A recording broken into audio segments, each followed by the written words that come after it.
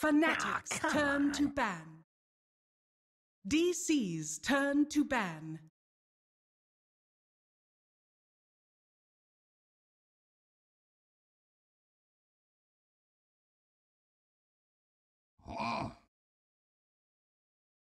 Fnatic's turn to ban.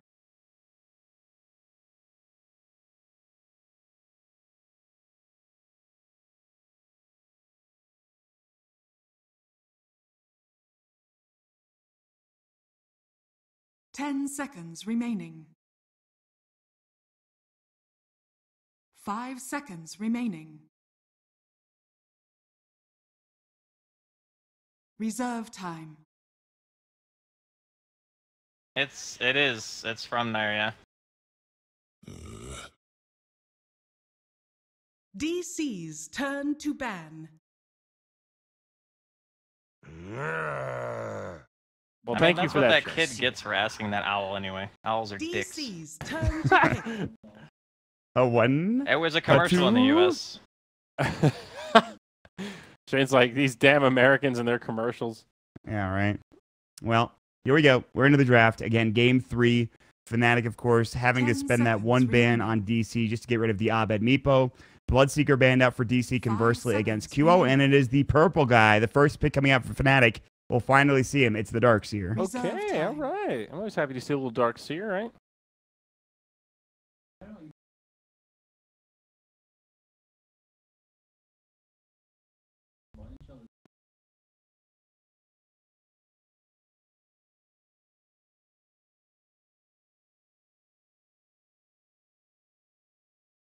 Reserve time.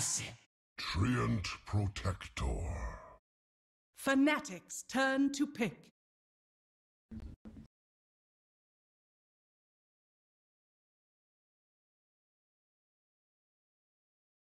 Right. Yeah. 10 seconds I mean, remaining. we see a lot of slaughters with Darkseer among other heroes. Nyx would have been good, but DC will pick that up with 5 their first 2 seconds overall. And the Treant Protector again. Sand King also still available, so they're kind of turn to they've kind of got the same draft as they had last game for DC. And we'll see if they do end up going for some of those similar Fnatic's heroes. turn Speaking of to similar bat. heroes, Fnatic will grab the Earth Spirit for themselves. So, all right. Couple of the same supports we saw last game, guys. I think it's a little bit different this time though for Fnatic. I think they recognize that you can't just pick like Pudge and Earth Spirit together and like 10 not ban seconds Sand King, remaining. for example. The thing that's making the opening for them so hard, and Shane brought this up 5 in the first seconds game, was remaining. having to ban Meepo. Like if they could ban DC's Nyx, turn I to think they ban. would just ban Nyx in the first 2. Because that hero just like destroys the kind of style that they like to play. It's good against Earth Spirit, it's good against Darkseer for obvious reasons. You can carapace any ion shelled target. Doesn't even have to be the Darkseer, and you're 10 gonna get stunned. seconds remaining. It's super, super annoying. So I think that hero is just obnoxious at the moment for the like lane centric Fnatic's strength turn fighty to heroes that bat. people like to pick now. Seems like it. DC's turn to pick.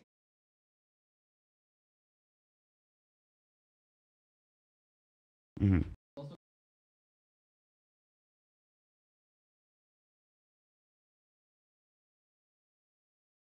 Ten seconds remaining.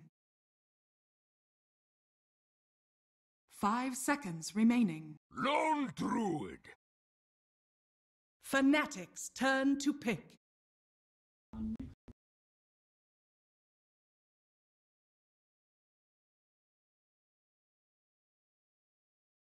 Yeah. Here we go. The Lone Druid, third choice or Digital Chaos. A little He's bit back. of pushing power. 10 Lane seconds Dominator. remaining. He is back. We saw what he could do yesterday for Singularity in that game. 5 Essentially, seconds kind of just remaining. taking all the buildings on his own and just winning the game off of it. Witch The Doctor. bear build is back now, man. It's a thing. Let me tell you. DC's turn seems to like pick. it. Yep.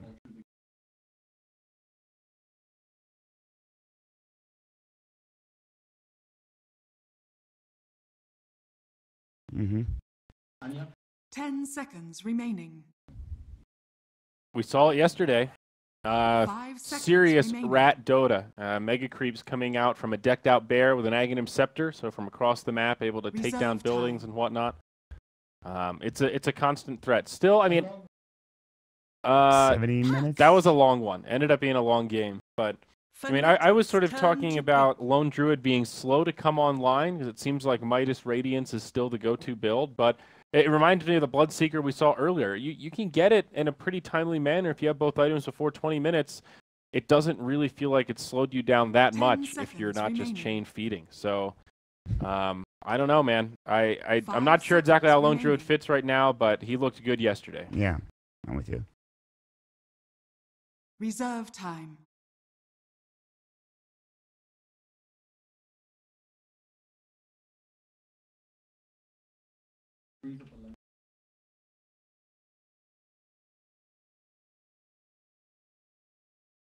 Yeah.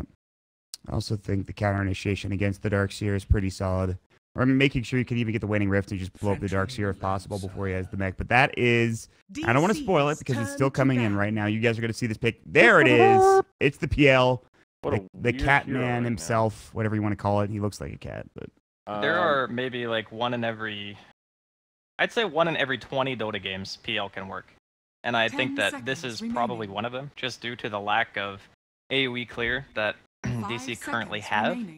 He doesn't buy anything that's gonna like play into what Nyx wants to do, whereas last game both of the cores of Fnatic just sucked against Nyx super hard. Phantom Lancer is very good against Nyx because Nyx can't deal with illusions, so I think it's okay.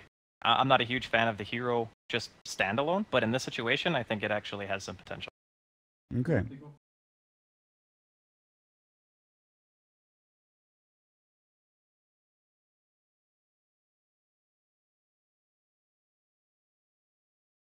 And the PL Aghanims is the Spirit Lance jumps around, so it goes to multiple targets. Yep.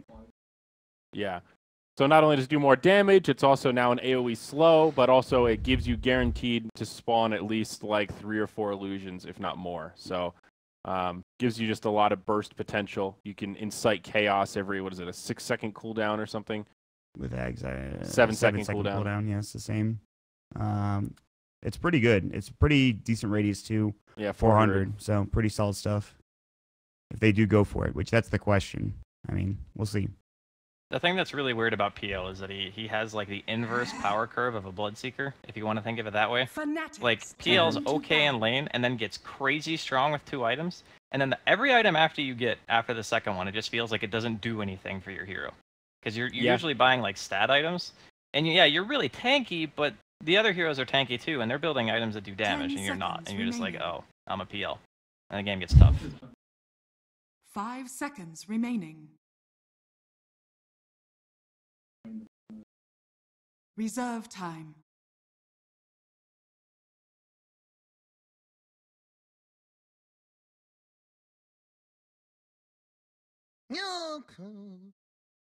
That's a really good ban. I like the Timber Fnatic's ban. turn to pick.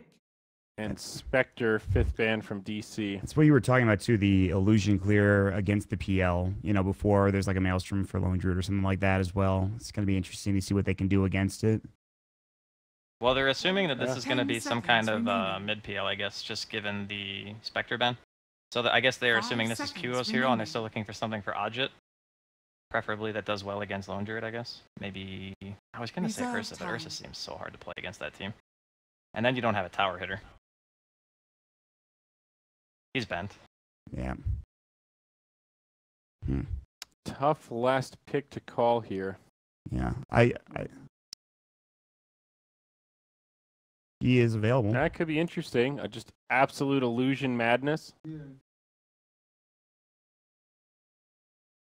I could see it working. Yeah. Feels a little bit greedy, perhaps, but... Yeah, it would actually let them pressure pretty early. I don't think TB's greedy in the traditional sense. I think TB's greedy in that, sure, you want items, but you can like siege up really fast as soon as you get like 2 or 3 into meta, but it's going to be the trolls, so a very hard carry. Yeah, and this is also helpful for your tower pushing as well with the battle trance, so you do have that building here to help out with for Fnatic. I think you're probably right on the money that this is probably going to be a... Do you think this is going to be a QO mid PL, or do you think they're going to send the troll mid now instead against this puck? I think it's Ajit troll for sure. I think Ajit loves playing that hero. I think very true. It's one of his most played, right? I believe so. Reserve time.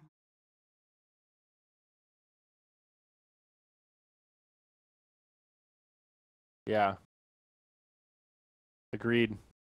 He also benefits a lot from that extra XP now that you get in that lane. You know, max out the lance nice and fast.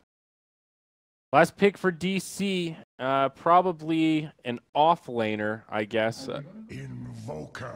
Oh, No. the puck off lane? It's the offlane puck, it seems, or a solo puck. If they go aggro, it'll be puck in the safe lane, but it'll be Abed that takes the invoker to the mid lane. Yeah, DC don't often play offlane Nyx or anything like that. It's always support, so yeah, the switch up with the puck, I like it. It's something that a lot of the tier 1 teams have been doing. Like, I know EG and OG both do it. So it's guaranteed catch. Not a lot of investment. Puck is a very good offlaner because he can't really die.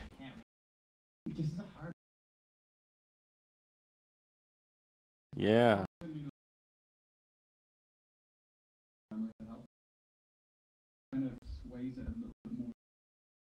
Yeah, Dubu plays it a bit differently than most trees, right? Like, a lot of trees just go for, like, 10 extra leech seconds seed remaining. and just go for the Q as well and just punch people, but Dubu runs all over them. 5 I think he gets seconds more armor remaining. than most treants, so yeah, it could help here.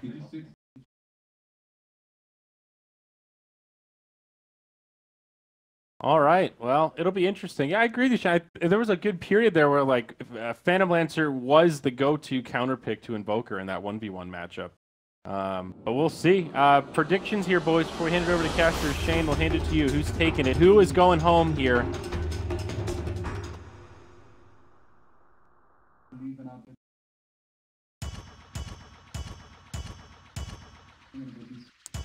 Okay.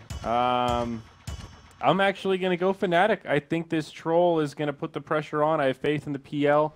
Andy, what are you thinking? I'm also on the Fnatic train. I think QO has a hero that can actually do stuff this game. All right. With that, we'll hand it over to our casters. Once Prepare again, we've for got battle. Annie and Draskell. All right, thank you very much, Zyori. We are back for the last game in this series, all on the line. One of these teams ends their run at the ZOTAC Cup Masters, and one of them gets to move on to face newbie. So, long road ahead still to be victors of the land, but they're getting feisty here. DC versus Fnatic, and I'm curious about this PL. Definitely not a hero we see a lot, and it's pulled out for game number 3 of an elimination best of 3. What makes this such a good game for PL? The biggest things about PL, you don't want heroes that have a lot of wave clear, so that's why they last ban the Timber. He's amazing at clearing illusions. Heroes like Sven, anything that buys Battle Fury, so like Anti-Mage for example. You just want to be able to cause chaos in the fight. And if your 30 illusions are seconds removed, to then you're no battle. longer causing chaos, you become targetable, and then you die. So that's kind of the first criteria. The other one is having like a pretty good lane matchup. As Shane already mentioned, PL was traditionally picked to counter Invoker in lane. Like before they changed the way that PL worked, you would see a lot of it mid. And this is before they nerfed Spirit Lance as well, so it used to do a bit more damage. But nowadays, it's still functionally the same. The spells are just a little bit worse. But his mid game is also way stronger than it was back then. The So I'm battle looking to see begins. Fnatic push the pace here in game 3. Yeah, Fnatic, there's going to be a ton of damage coming up from the PL in the mid game, but also Troll Warlord, one of the big boys here. I mean, you see him sometimes countered by that Razor pick, but is there anything to counter this Troll Warlord, or is he just going to go ball out of control towards that mid-late game? I mean, you can still get Overgrowth, you can still get Rooted, even if you have a BKB. So this is going to be yet another game where we see Troll Warlord most likely have to build into Manta style. So it'll delay his damage a bit, but he's going to have that supplemental damage from QO on the PL. I think the biggest thing is how well, DC can do in the lanes. Because Fnatic have a pretty good amount of recovery with their 2-4s, so we'll see what happens. Yep. I mean, there are good Sunstrike setups for DC, so even if Invoker doesn't really get a whole lot of farm in lane, he can still kind of dip out into the jungle, let his Nyx Assassin do the work, set up those kills, and we'll see how it's going to be going. So far, QO already having an easy time here, and like you mentioned, just going to be Spirit Lancing over and over again, and Abed going to be needing some help, but DJ is rolling in. It looks like they might try to go for an early kill here. Abed going to be hugging his tower, but the ping's coming in, waiting till Abed just steps up an inch out of position. It's a pretty good time to go. He doesn't have his creeps. Yep, they're going in. Right as the tower starts hitting that creep wave, they go forward, and Abed with one more click will be the first blood. QO gets credit for that. So nice rotation in from DJ, and I mean, is there any way to redeem this mid lane, or is it just going to be Invoker playing damage control? You can send one of the... I guess you could... Okay, roll in again. Jesus. Yeah, they are just trying to chain kill him and just keep Keep DC locked down. This time they're not going to be able to find that immediate kill. They do bring in Bulba, who's looking to go. Pops out a mana burn here. QO maybe gets trapped in the trees, but he's still fighting. DJ just walking his way out, so a little bit of a stalemate here, but PL can go right on back to farming.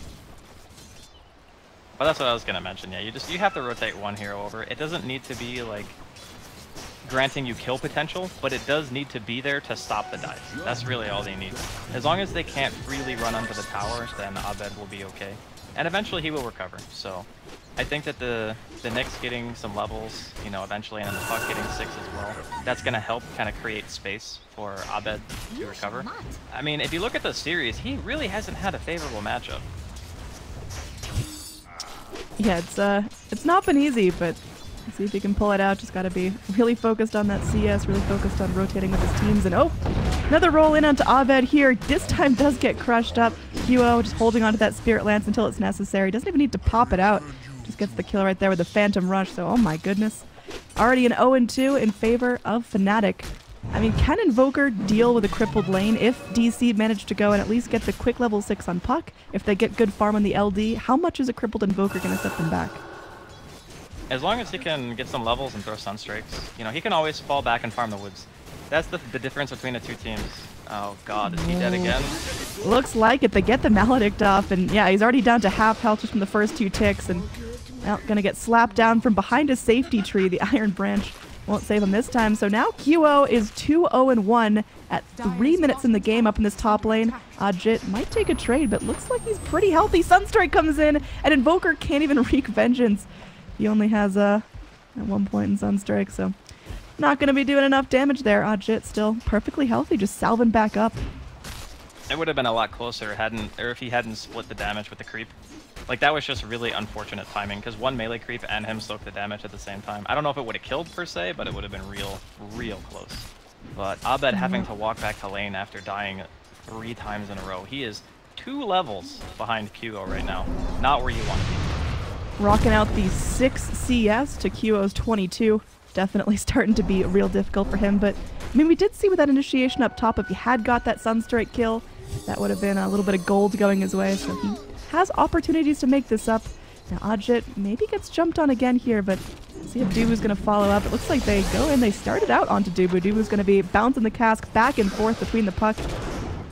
Triet walks to safety. They do get the impale on the Troll Warlord. This time they are successful with the kill. They've got the nuke damage necessary, and Ferev able to go and rake in that kill on the Troll Warlord, keeping his farm in check.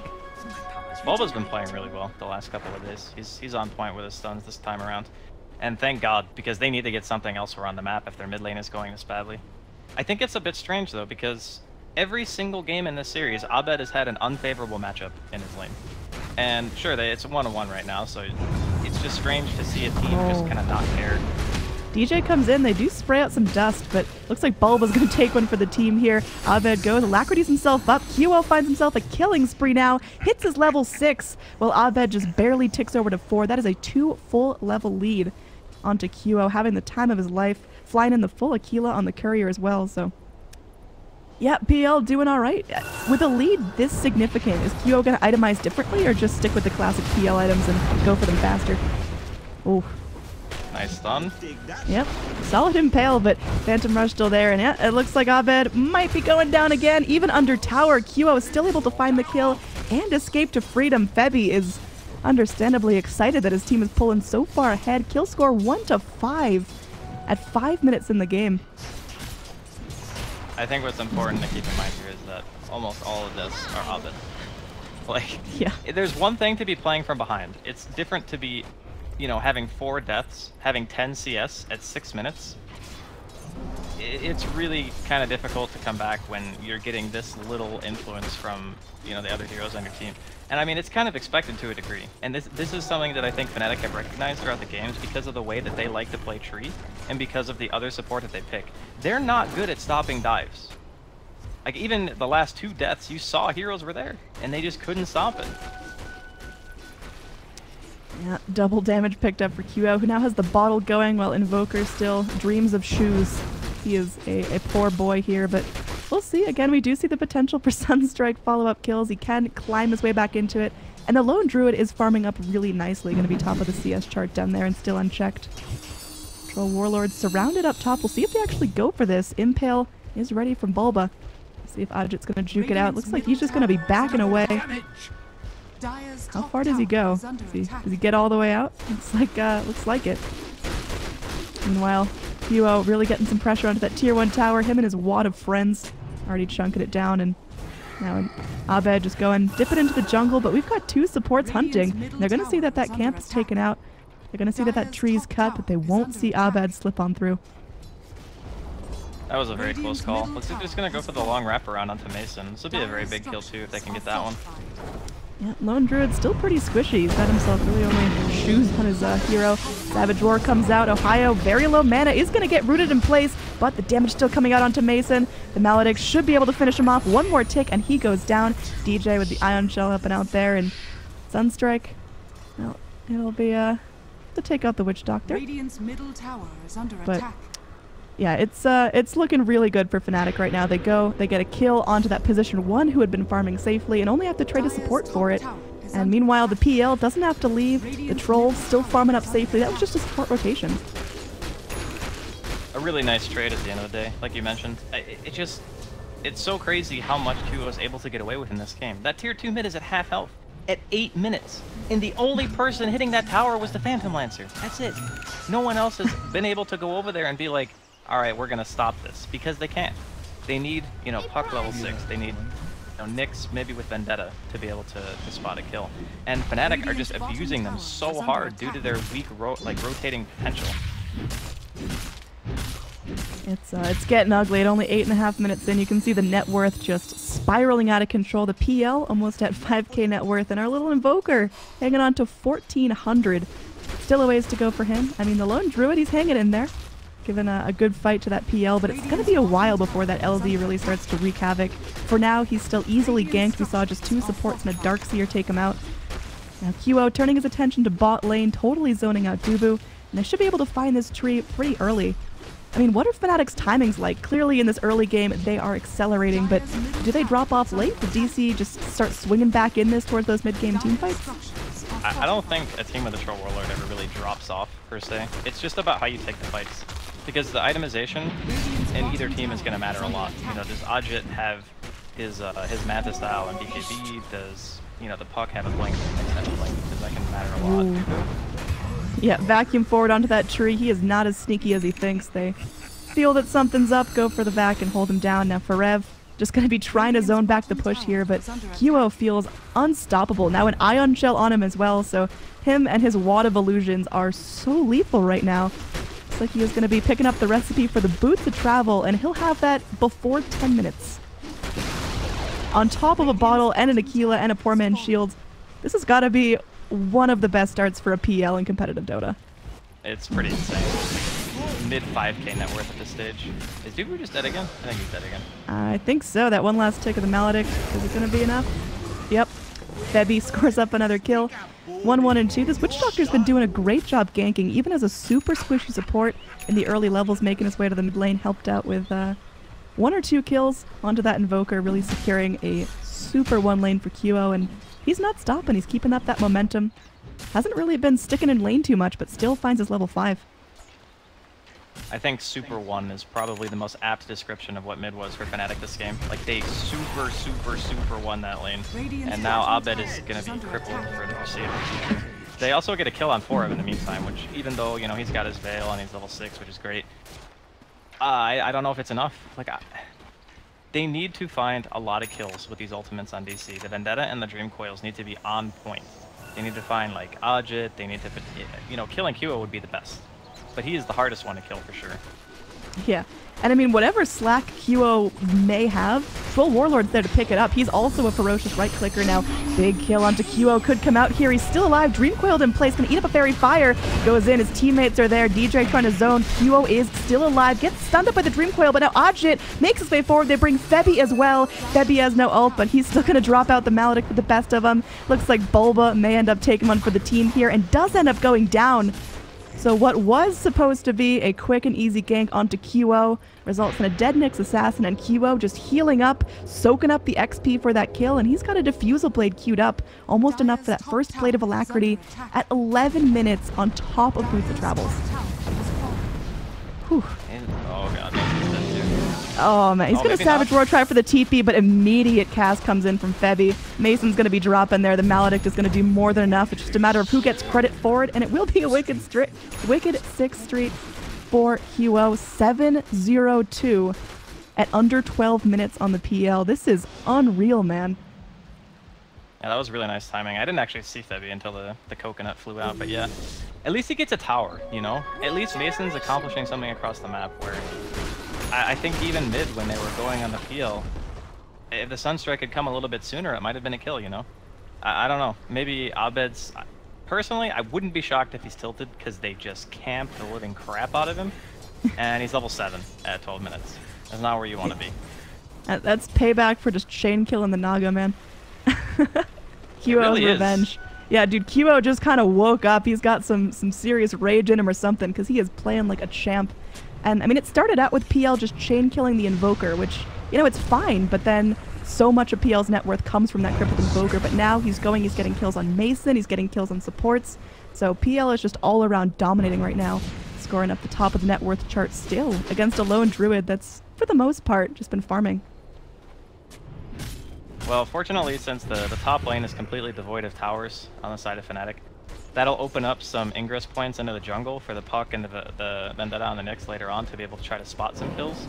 Because that's, I think, what you do now if you're DC. You don't try to fight for your jungle because the heroes are just too farmed. Like, you're too far behind at this stage to reliably take engagements, so you need to establish like a vision advantage somewhere on the map and then fight with that vision and hope that it's enough to be able to get you something, because even though the Invoker's underleveled, a Sunstrike still does, you know, an extra 300 damage. That's a full nuke on a hero, and he doesn't even have to be there. So I'm feeling like DC, if they just wait around and continually farm and allow Fnatic to just have this map control established, it's not going to translate well. They need to make something happen on the map.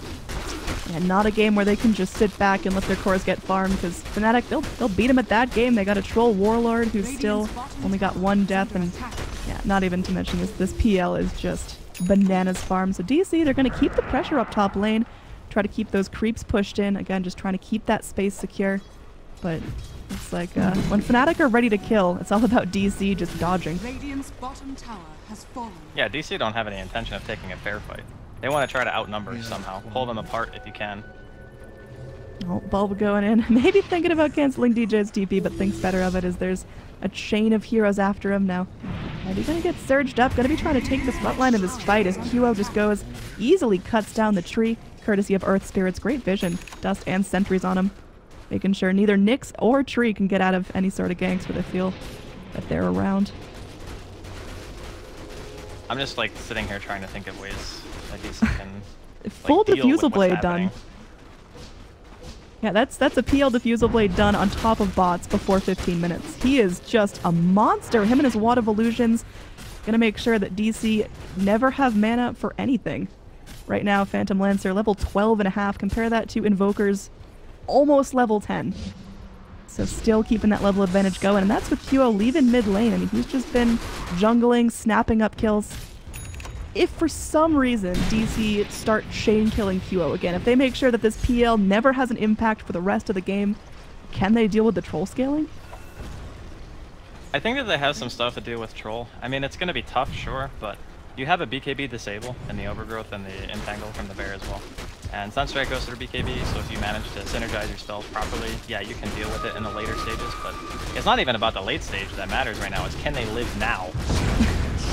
Oh man, they find this Treant Protector. He's just an easy snap up. Ajit starts rolling in the kills. That's his first kill of the game. He's just been quietly taking the sidelines while QO takes the spotlight. And this tier 1 tower going to be going down even more. Net worth starting to spiral in favor of Fnatic. Going to be hitting that 6,000 point when this thing goes down. And now there's going to be a smoke up. No rest for the wicked. Fnatic want to keep that gas pedal pushed. I want to keep finding these kills, and a kill on Mason sure would be nice. Roll in. DJ not going to get close enough, but the boulder flies through. They drop the Magnetize. He's got a negative earn as well. And there's the cask bouncing around. There's going to be mass TPs in from DC. They're going to try to take this fight. Dreamcoil comes forward. They do end up stunning the Witch Doctor. Witch Doctor getting low. Will get dropped by the Sunstrike. And now Overgrowth comes on through, but QO is still alive and still fighting with all his heart. They will be able to find 2 kills here, trading only for a Witch Doctor. And now Fnatic going to be able to go and turn this into push, turn this into towers. Forev, fresh out of mana, just right-click and QO once. That was his only contribution there. Dream Coil was nice and did lock down the Witch Doctor, but that's about all they had. Man, that is... Oh god, how do they stop the Roche? Can they stop the Roche? I don't think so. Split push. Like, even Abed's too scared, even with every hero on the Roche there right now. He probably knows what's happening to some degree, but he just doesn't feel like he can show anymore. He's gonna TP all the way back to base, can't push a lane. Just has to give away Roshan to Fnatic at this stage. It's looking worse and worse. And the other thing too about PL, and I forgot to mention this during the draft, that makes it really nice this game, is that his doppelganger is a dispel. It means that you can get out of overgrowth with it. So you don't even have to go for the Manta if you don't want to. Oh. Yeah, he's so slippery. He's going to not go for the Manta and just wants to live there. That's a Heart of Taras queued up. I mean, is he going to go through with that? Is that the build right now? I mean, I think he does this every time he plays PL, I want to say. Or at least most of the games. Because you get like that enormous amount of health and it allows you to actually crack tier 3s because of the regen. I think it allows him to hit that like absolute peak power timing where you just can't die. And you can continually hit towers and siege, and the enemy team can't ever really push you all the way back. I think that's the strength of the early game Heart. Yeah, I mean, this is going to be an early game Heart too. It's not even like he just mass rushed it. He got it on top of 2 big items, and it'll still be out, you know, 22, 23 minutes if he keeps up the farm he's going for now. Meanwhile, Odjit on the Troll Warlord, he's got a good start for himself. His net worth is respectable. He's not absolutely spiraling like crazy, but he's got so much room to grow, and we are only 18 minutes in. It feels deceptive because there's so many kills on the board. Well, so many kills for Fnatic. Yeah. Dubu, I mean, he pops the overgrowth here, will get dusted, and now it's just how long can he live? He's gonna go for the TP out. They've got the Centaur here, but it stomps on cooldown. They don't have the lockdown. You know, Hayo doesn't have that vacuum anymore, so weren't able to find that kill. Looks like Forev might be a nice target here. Just going to be going in nice and deep. They do have that Illusory Orb jump, but the silence! He can't get out. Now PL's going to TP forward as well. The tower being pinged, and I mean, this is time for Fnatic just to go in for the strangleholds. They're going to just totally zone DC out of their own side of the map. Just look at the difference in how the game goes when QO is on a hero that can influence the map in some meaningful way and can stick with the team against... And this is the big thing too, it's not even just about his comfortability on the hero, it's about how they play into the supports and the offlane of DC. So in the game where he had to stay away from his team, they got smashed because he got caught so many times because they had 2 heroes that were constantly roaming, you know, constantly looking for that kill. Mason with his bear pushing the mid lane, might find the tier 1 tower, but at what cost here? Nice silence by the puck. 4 heroes staying zone, but I mean, QO is still fighting fit. Just going slapping anyone that walks in his path is tier 3. Taking some chip damage. Abed just going to be going and Midasing a creep. He's still working on his Aghanim Scepter. Not going to have it up yet. Now, again, nice silences from the puck, but they can't actually find any kills. They can't find any lockdown because, like you mentioned, QO, he can just go and slip out of anything they throw at him. Almost got himself a heart here. Reaver just keeping him nice and strengthy. Fortify being used, but it's looking like this tier 3 going down. But speaking of tier 3s, I mean, Mason's found himself an opening here. We'll see how far DC are going to be pushing this. There will be that overgrowth. PL going to be juking out of that Sunstrike here. Will get himself out alive, but a nice Dream Coil onto 2. There's going to be the Impale Vacuum forward. Darkseer having none of this nonsense. QO now beyond godlike. Abed melting as well. There's no buybacks on DC right now. It's only 20 minutes in, but these racks are donezo. Mason did have to TP back forward, so no more pressure onto the tier 3. It's still standing on the Dire side. Looks like this melee Rax is history. They gotta wait 30 seconds for the Invoker to get back in. Even when Puck spawns, won't have the Dream Coil up for 40 more seconds. So is this just DC rolling over? It's their last chance here to stay at the ZOTAC Masters. They're not really rolling over. They're getting murdered, Annie. It's a bit different, you know? They're just being savagely beaten until they can't do anything anymore. It's kind of rough to watch, to be honest. That's accurate. It's one thing to roll over. It's one thing to be stabbed multiple times. Yeah, it's a rough game. I mean, it's all about the supports, honestly, for me again. I think it actually would have been better to just have Dubu sitting there. Like, just protect your Invoker from getting dove and jillion times. Because that in of itself just propelled QO into this, like, unbelievably unkillable state, I guess, if you want to call it that. 2,600 health. It was a good PL game regardless, but those first kills, the just chain kills on Abed's Invoker, totally set him up for victory here, having a ridiculously easy time. Now, speaking of Abed, poor Buddy just forced to ghost walk out. There is going to be those roots onto the PL, but he doesn't seem all too bothered. Again, with that Hearted Tarask out at 20 minutes, he is just slicing down this tree, cutting up some lumber.